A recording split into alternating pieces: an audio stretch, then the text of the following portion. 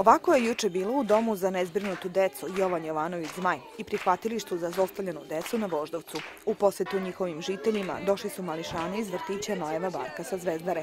Osim lepih želja, doneli su i poklone za oko 90 dece ovih ustanova. Dakle, drugari? Da. Papa.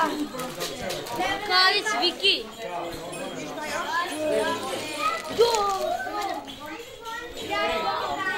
Češan.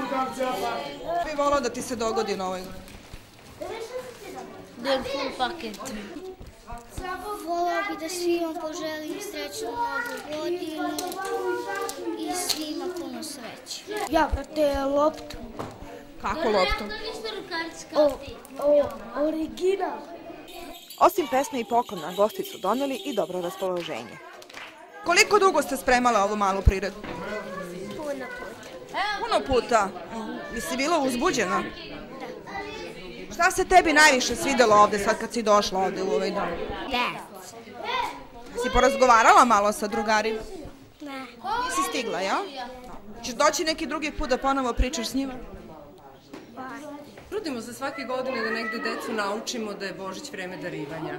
Tako da negde oni shvate da postoji druga deca koja drugačije žive i koju oni mogu sa jednom malom sitnicom da obraduju. Tako da oni svake godine zajedno sa roditeljima i u našem vrtiću spremaju paketiće.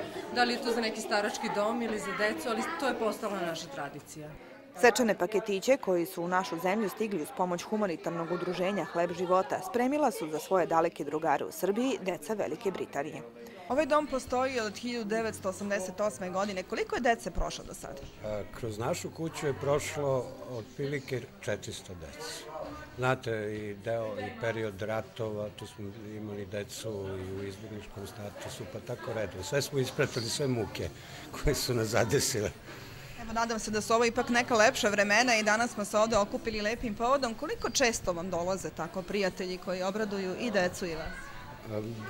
Mi imamo dosta prijatelja i u ovoj nedelji poprilično ćemo imati gostiju.